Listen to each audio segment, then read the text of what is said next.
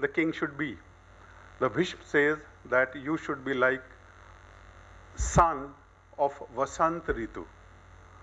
Vasant Ritu is time when the sun is not very hot and neither it is very cool. It is something which is moderate, something which we experience in the month of October, November. It's pleasant. So a king has to be something like a son of Vasant Ritu. Now, these are something which Bhishma is saying in Mahabharata Shanti Parv. These are the code of conduct as if given by a patriarch to a leader, to a king. He also suggests that like Mahavat, like someone who manages this big elephant, you have to be like that. Although you are smaller in terms of your body constitution than elephant, but you must have that ability to manage your state as if the way a Mahavat manages elephant.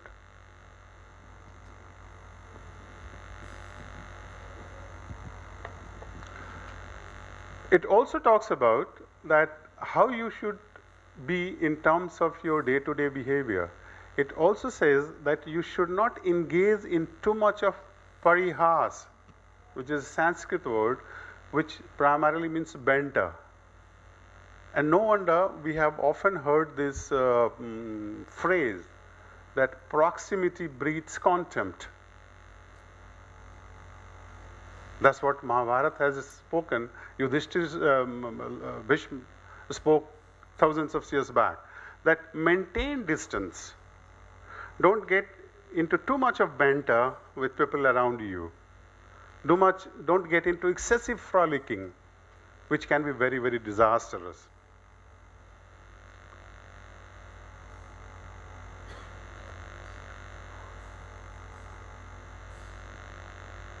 King attains success and joy by following different styles, being tough and businesslike, being manipulative, being considerate and forgiving, being truthful, being simple and superior with equanimity.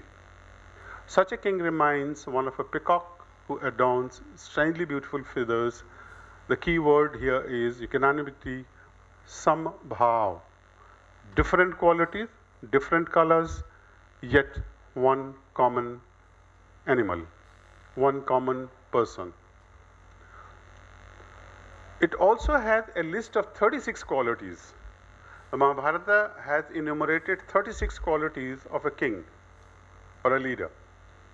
And when I studied these 36 qualities, I found that they were very similar to what we, the modern behavioral scientists and management experts, call emotional intelligence. These 36 qualities can be broadly put under 5 subcategories: self-awareness, self-regulation, motivation, empathy, and social skills. I am not showing those list of 36 qualities, but those are 36 qualities which are akin or similar to the qualities mentioned under emotional intelligence. So that wisdom is available. And very strangely, all these 36 qualities start with a negative statement. Not to do this, not to do that, not to spend time with this kind of person. It's a very straight code of conduct for a leader, for a king of those days. Wisdom already available in pure nectar form. And lastly, in the Shanti Parv, Bhishma says that a king is a Kshatriya who knows how to remove his own blemishes the way a washerman does. He is someone who is shodhanam, cleaning his shortcomings, his frailties, his disabilities, his opportunities, the way a washerman cleans clothes periodically, regularly, and Bhishma makes Yudhishthir aware that you also would have blemishes, become aware and be in the continuous mode of cleaning yourself. I would like to close by sharing another incident. So initially I talked about the social contract, that leadership contract with Abu Bakr and his subjects, with the list of personal attributes given in Quran. And then we also saw what Bhishma talks about, that what a king should do, which is very contemporary in terms of leadership in corporate world. Lastly, I would like to close with a short doha, which in a very large way explains the concept of corporate social responsibility. We all are aware that there has been amendment in Companies Act whereby a certain portion of profit is supposed to be dedicated for so-called corporate social responsibility. Now, I always felt very uncomfortable with this word, corporate social responsibility. And I also always felt uncomfortable that why you should talk about anything which you are doing for the benefit of society, including poor, so on and so forth. Because our ancient wisdom, and probably not only in Hindu mythology, but also probably other sources as well, they don't talk about publicizing what you do for society. But unfortunately, we are living in a world where even so-called donation or any act of helping others have to be publicized. The concept of Guptadan is somewhere lost. We have become commercial in our spirituality also. And that's where this two dohas come into picture. This is about a debate, a dialogue between two persons. One of them is Tulsidas, who wrote Ramcharitmanas, and another is Abdul Rahim Khan Khana, who was a commander in the army of Akbar, if I am not very wrong. And they were contemporaries. And Rahim was supposed to be a very pious person, although he was a commander in Akbar's army, but someone who was known for his gift of donating. He was someone who was always known for donating whatever he had. So there is a context whereby Tulsidas goes to meet Rahim, and he sees Rahim gifting whatever he had to people. And when he was giving whatever gift or donation he wanted to give to somebody, his eyes were lowering down. And then Tulsidas, in the form of a verse, said something, and I present it to you. Aisi deni den ju kit sikhe ho Hussain. Rahim, his full name was Hussain also, Rahim Hussain. Aisi deni den ju kit sikhe ho Hussain. ज्यों ज्यों कर ऊंचे करे कर हाथ. जैसे जैसे आपका हाथ ऊंचा हो रहा देने के लिए, त्यों त्यों नीचे नैन. जैसे जैसे आपका हाथ बढ़ता है देने के लिए, आपकी आंखें झुक जाती हैं. ऐसी देनी कहाँ से सीखी आपने? Tulsidas asked Rahim, and Rahim answers, and that's a powerful. देनदार कोई और है. देनदार कोई और है. The one who is gifting is somebody else. देनदार कोई और है, भेजत जो दिन रैन. जो दिन रात भेजता है. देनदार कोई और है, भेजत जो दिन रैन. लोग भरम हम पर करें, तासो नीचे नैन. लोग भरम हम पर करें. People confuse that I am giving. That is why I am lowering my eyes. That was social responsibility. That was something, those days, that's the wisdom which we have. That you are giving and you are not talking. You're not even looking at it. You're not even, forget about talking. You're absolutely forgetting. But we are living in a world where Companies Act require us to talk about it. I have no discomfort with modern laws, but I don't think that a law can force me to go every day evening and tell my wife, I love you. And if there is such a law, I don't think that if I have to say I love you to my wife, it will be a genuine one. I will manipulate. So similarly, this corporate social responsibility, this 2%, I don't know where it will take it to us. So if I can conclude, I can say that there is so much of wisdom available in various sources, right from Quran to Bible to Guru Granth Sahib to Mahabharata, Gita and so on and so forth.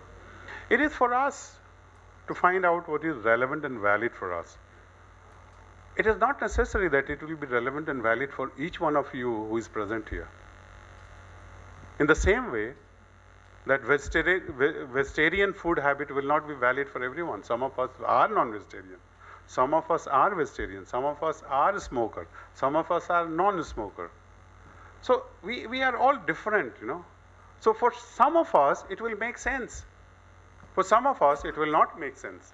For some of us, classical music will make sense. For some of us, it will not. But probably, there is always a time for everything. So probably, there will be a time in each one of us, life of each one of us, that probably at some point of time this will make some sense. Till that time, I pray and wish that let this wisdom continue to shower its blessing on us. Thank you very much.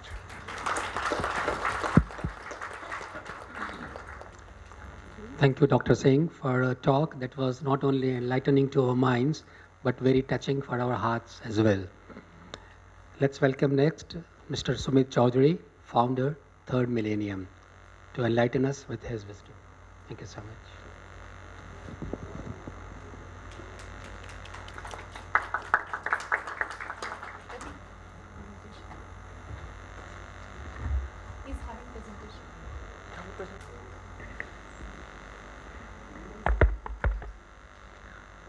Respected Chairman Sir, my esteemed co-panelists, and this wonderful audience here.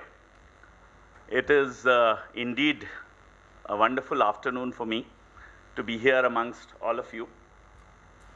And I must say that, you know, I'm too small to really talk about ancient wisdom, because ancient wisdom is so rich, so vast, that I don't think there's any expert, forget me, I'm a very, very small fry, who can really do justice to all of it. So what I have thought of doing is, and sir kindly remind me when about 4 or 5 minutes are left so that I can round it off well, because these thoughts are so wide that it's very difficult to contain in the limited time that we have here. So you are all aware of what we are discussing here. We are talking of harnessing human potential and in a growth and oriented environments. This is where we are. For this session, we are talking of modern management, and we are looking at how do we get some ideas from ancient scriptures, wisdom, to be able to handle those modern problems in the business world. So what I have done is, I have tried to create a small roadmap through which I would like to walk you through and see if it makes sense to you all. Yeah. So we are talking of modern management, and that's again a very, very huge aspect of business. So I will restrict myself to two ideas, and which are, we'll talk briefly about global competitiveness, because today, when you talk of business, you can't imagine yourself to be a domestic player. 15 years back, if somebody told you that Ganesh idols are going to be coming from China, you would have laughed at that person and would have had contempt for that person, that what kind of a ridiculous talk it is. But today it is a reality. And what does China have to do with Ganeshji? So we need to realize that today talking about being a domestic player is not good enough. We have to always keep in mind that we are a global player, and we have to tune ourselves in accordingly. And the second aspect I would like to talk about briefly is the people factor, and to me, that is the only factor in business. Let there be no mistake, there's a lot of demarketing done about HR. People who demarket HR have no clue as to what HR is and what it can do to the business. And I'll try to explain in my own way. Then we'll come to ancient wisdom, where essentially I'll touch upon three thoughts, because I don't think even that I would be able to do comfortably, because time will not be my friend by then. First is the trinity of Brahma, Vishnu and Mahesh. Second is a little bit of wisdom from the Bhagavad Gita, and I'm very happy that both the chairman of the session and Dr. Singh have put that on the plate already, so that helps. And the third is the Chanakya approach. Time permitting, I'll try and link up the Chanakya approach with what is today famous as the situational leadership theory of Hersey and Blanchard. But at this stage, let me put in two caveats very quickly. I am a believer of action, and I hate to see people being ritualistic, as was mentioned very clearly by our session chairman, and I was very thrilled to hear that. I have had the misfortune of being in discussion with a gentleman who was on a fast for Navratre, Ram Navami to be precise, and in front of me he is telling a lie to another person. Where is Ramchandra ji in this? I don't understand. That kind of stupidity, that kind of ritualistic behavior is something I hate. Similarly, and I am very happy that Dr. Singh touched upon our Prime Minister's speech on Independence Day, and I hope people take some of those aspects seriously. You can have your differences, that's not a problem. I hate to see the same people who, with all Shraddha Bhakti, go to Vaishno Devi year after year, and whenever the occasion presents itself, and then they have no qualms in having abortions if the fetus is seen to be a female fetus. We have more number of goddesses in our history, but we are not permitting goddesses to be born in our families. Shame on this kind of ritualistic behavior. So unless we get into the action part of it, just talking about it won't help. That's the premise I come from, and that is what I'll try to present in my own little way. Another caveat is that ancient scriptures are so wonderful, so rich, that they are open to multiple interpretations. Multiple interpretations.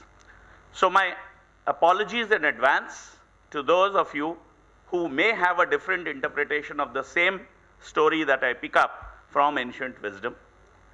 I have respect for all interpretations, and I am open to all kinds of thought processes. So that is the way I would put it. Let's look at global competitiveness. We all know about this, so I'll quickly skip through these. These are pictorial depictions. And I want to quickly bring you to 31st of August 1997. Why do I say that? This is a post-lunch session, and I believe that humor is a good way of communicating.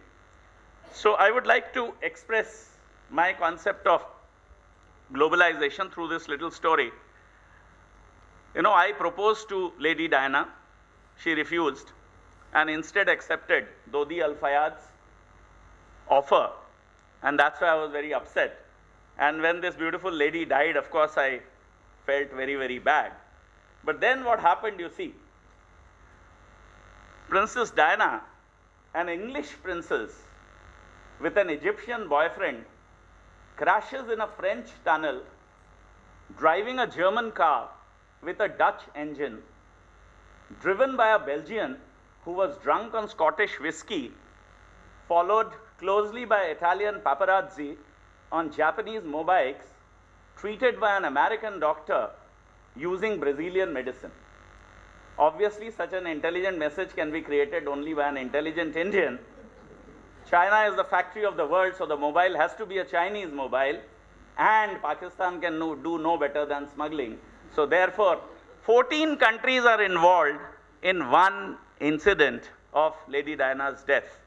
That is globalization. That's what has hit us, and we are still not able to. I find strange things. Oh, we want to work for a multinational company, but I can't come on time for a meeting. I mean, it's pathetic. That's very, very important. So please look at actions rather than just the thoughts. Then, of course, little bit on global turbulence. I can't forget ever September 16, 2008. This is what the Economic Times Delhi edition screamed. And do you see that? Lehman Brothers, a 150-year-old organization who created history at IIM Ahmedabad by offering a 1 crore salary in those days, many years before this happened, finished off. Merrill Lynch, a 100-year-old company, and the rest of it, you know what happened. So that's about global turbulence. Another example, classic example of global turbulence. Enron was a Fortune 18 company, which means the 18th largest company in the world on the Fortune list. And for 5 consecutive years, Enron was the most admired corporation in the US. And then what happened? Some of you may remember, and the others need to know, that hum to doobenge sanam, aapko bhi leke doobenge. Arthur Andersen, their consultants and auditors, also vanished, perished from the face of this earth along with Enron. So such big players can have such messy endings is the lesson that we have to learn to deal with turbulence. So it's all very nice to be part of the world economy. We are a global village, this, that, and the other. We need to adapt also. We need to change our habits also. And our attitudes, which I'll come to. I have briefly mentioned about attitudes already. So India is no exception. If you remember, 2009, I think it was 7th of January, it began with Satyam turning into Mithyam, right? So there is unethical practices everywhere. You can't only blame Enron and Arthur Andersen. We have our own dear friend Ramalinga Raju, who was a demigod, equated with the Narayan Murthis and the Azim Premjis and the that time Ramadeo Rai of TCS. And where is he today? So ethics, and we can learn a lot of ethics from ancient wisdom. So as far as turbulent times goes, I am a believer that you are not in business if you are not able to face turbulence. Business is all about turbulence all the time, sometimes a little less, sometimes a little more. That's about it. And therefore, we must always remember, irrespective of low turbulence or high turbulence, I will not say no turbulence, because that never happens in business. And I have enough experience on both sides. I headed the HRD of Escorts way back in 1990, before Dr. Singh joined in. And I have been in my own business, so I have both experiences and quite a few years in both. As an entrepreneur, so I can tell you, the evergreen business agenda, irrespective of your functional specialization, has to be a positive cash flow. If you're not making money, please quit the business. All this talk of profit being haath ka mail and this and that part of Indian philosophy, I do not agree. Unless you make profits, how are you even going to invest in some good things? You need money to build a hospital. You need money to have primary schools. You need money for toilets, coming back to 15th August speech. And TCS and Bharti Foundation have already pledged in 100 crores. So those are the kind of things we have to remember. You must make money efficiently so that maximum profits can be made and that can be plowed back for good reasons. If you don't have money, you can't give it to anybody. So the best two words that I like in English language is check enclosed. Simple. Earlier it used to be cash enclosed because then there were no taxes, but today with IT age, you can't avoid taxes even if you get cash money, so therefore, check enclosed is perfectly fine. And I'm not suggesting that you should evade taxes. Don't misinterpret my humor. So competitiveness, I remember the time 1988 when the TVS group company Sundaram Fasteners, I was still working for Escorts, and this was the first company in India to get an ISO certification. So there were two big ads, newspaper ads, 2 full page. Oh, first company in India to have an ISO. Today, I don't know, some 1 lakh, 2 lakh companies would be ISO. So it is just a qualifying factor. So unless you continuously improve, just a certification will not help. You are all familiar with the changing paradigms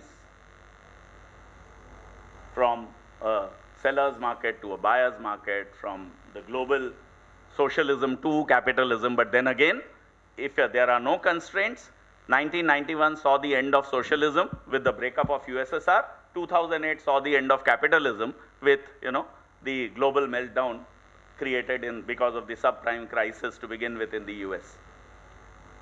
Now, why? Identified these 3? Yes? Good. So the question is, why am I showing you this? Yes, you have identified correctly. Life is all about Brahma, Vishnu and Mahesh. And why do I say that? When I started my talk, I said that you have to change. To me, Brahma, Vishnu, Mahesh is no God or praying to God. Brahma ji ka ek hi mandir hai, Pushkar mein gaye aap. Main gaya Pushkar mein, andar nahi ghusa. Let me tell you that. The point is, to me, this Trinity represents the thoughtfulness of our forefathers in telling us about change. Brahma is the creator, Vishnu is the maintainer, and Shiva or Mahesh is the destroyer, but a creative destroyer. Let's not forget, this beautiful building here was created one day. It is maintained. It is being maintained now very nicely. But one day will come, maybe 50 years, 100 years down the line. You have seen so many, and particularly in Gurgaon, you have seen so many buildings going down and new things coming up. And let us not forget, it applies to you and me equally. Each one of us was born one day. Each one of us, at least in this room, are being maintained very, very well. And that's why we are able to be inside this room. But don't forget that a day will come when we have to go. So unless we understand this concept of change and adapt to that change, and that's what brings me to Alvin Toffler. I'll not touch upon his philosophy more than that, because that was the first book, Future Shock, which really shocked me. My college days, typical habit of, reading novels, one night, one novel finished, or 2 nights max. And this book, I read 60 pages and I said, where am I? What is this man saying? Am I mad or is he mad? And that shock continues. And what he said in the 70s probably has come true. Fantastic